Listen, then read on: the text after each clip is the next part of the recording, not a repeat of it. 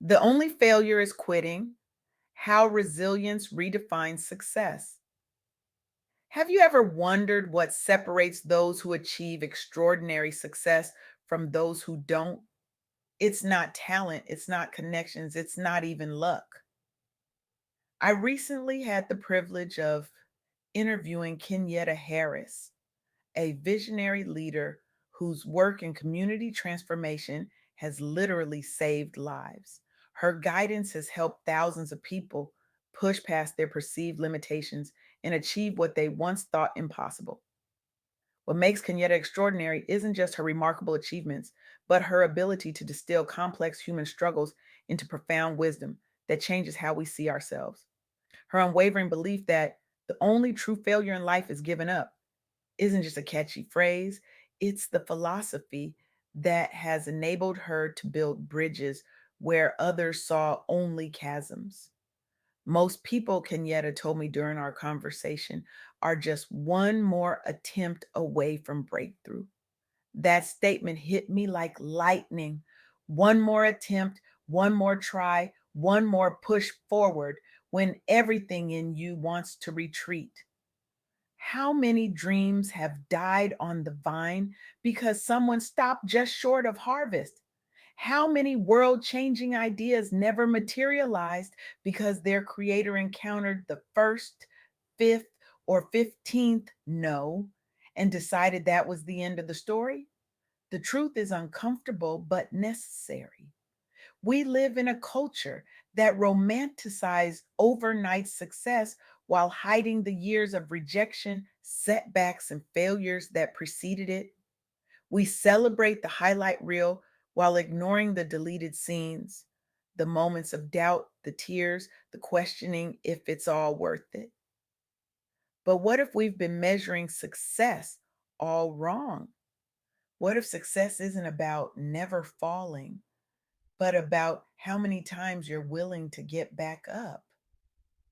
What if the true measure isn't how quickly you reach your destination, but your refusal to abandon the journey?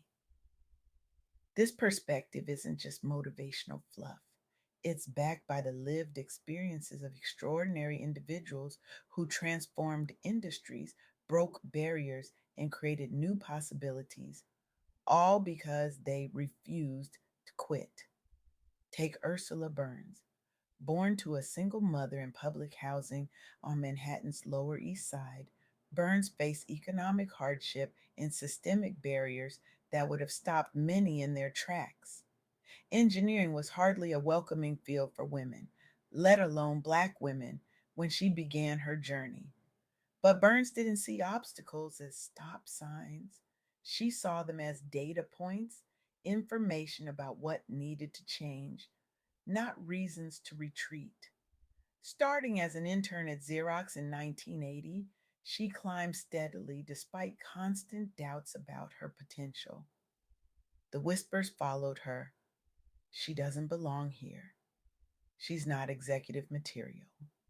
She won't last. Those voices could have become her internal narrative. Instead, they became fuel. With degrees from Brooklyn Polytechnic Institute and Columbia University, Burns seized every opportunity at Xerox, rising through technical roles despite being underestimated at every turn. In 2009, she shattered the ultimate glass ceiling, becoming the first Black woman CEO of a Fortune 500 company.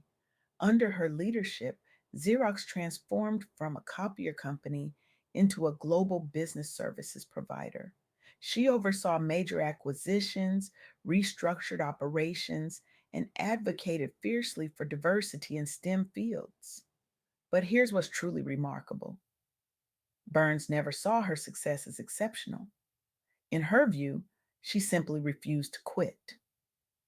As she once said, dreams do come true, but not without the help of others. A good education, a strong work ethic, and the courage to lean in. The courage to lean in. The courage to stay when everything and everyone tells you to go. This pattern repeats across industries and experiences. Consider Tristan Walker, founder of Walker and Company Brands and creator of Bevel, a grooming line specifically designed for people of color. When Walker first pitched his idea for razors designed for coarse or curly hair, addressing razor bumps, a common issue among Black men, he faced rejection after rejection. Investors told him the market wasn't large enough, that mainstream brands had it covered, that his vision was too niche.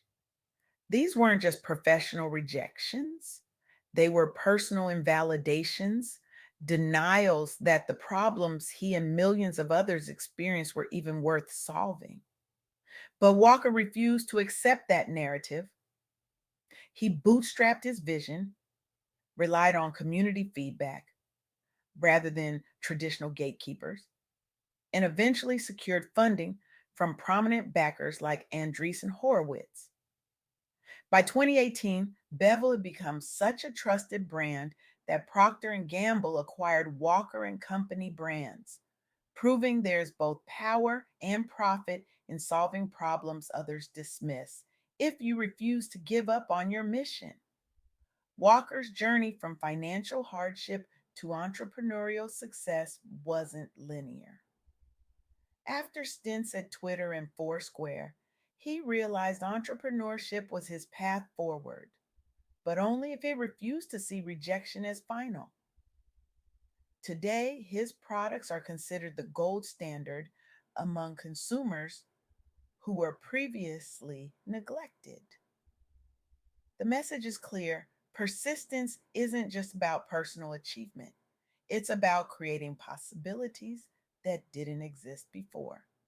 This brings me to Kimberly Bryant, founder of Black Girls Code. As an electrical engineer who often found herself isolated as the only one in professional settings, Bryant created what she wished had existed during her own career climb.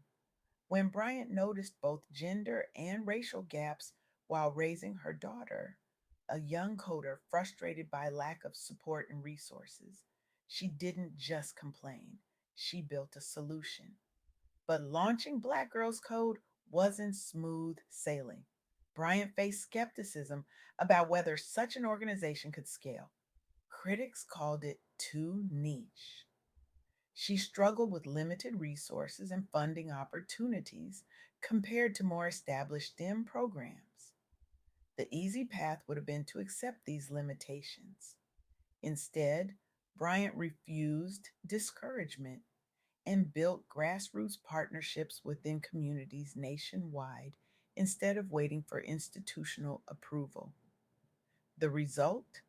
Since its founding in 2011, Black Girls Code has taught coding skills and tech workshops to over 20,000 girls globally.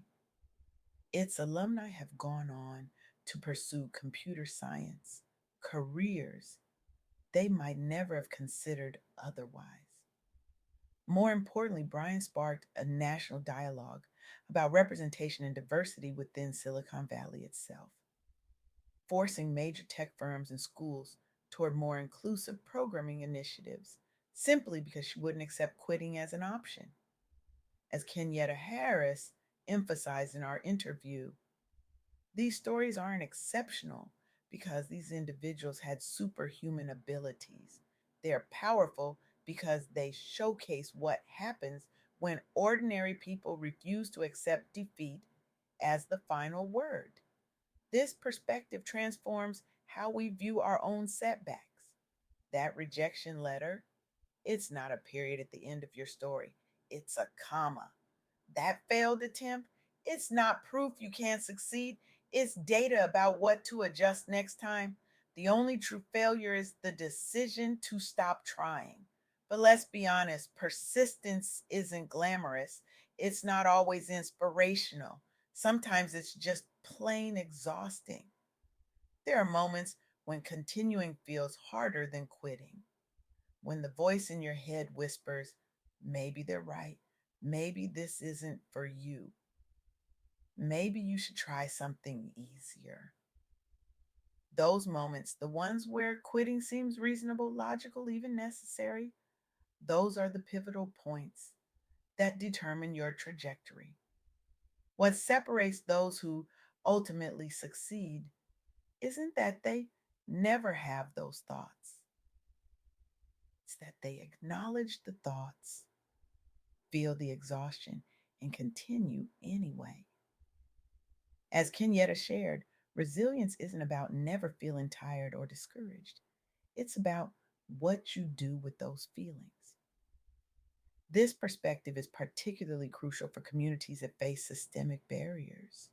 When Ursula Burns, Tristan Walker, and Kimberly Bryant refused to quit, they weren't just changing their own lives, they were creating blueprints for others to follow, proving that persistence can overcome even deeply entrenched obstacles.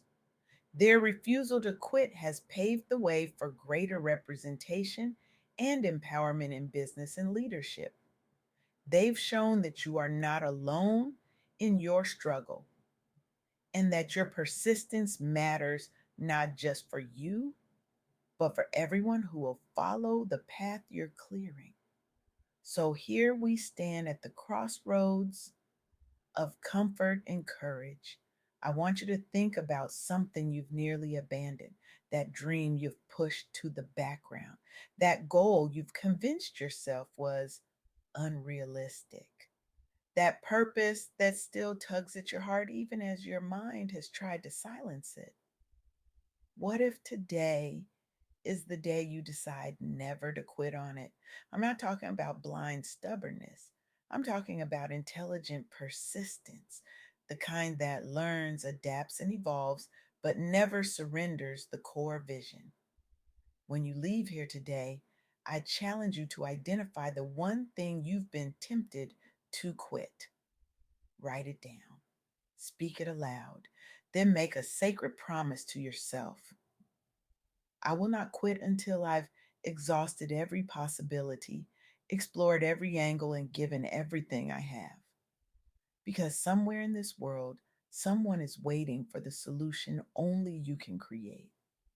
Someone needs the door only you can open. Someone's life will be transformed by the path only you can forge.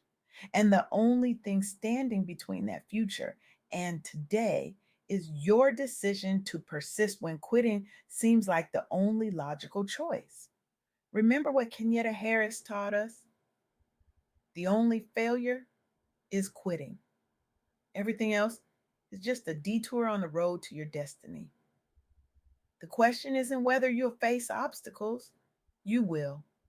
The question is what those obstacles will mean to you. Will they be your excuse to stop or your reason to continue? The choice is yours. Choose wisely, choose courageously, choose never to quit.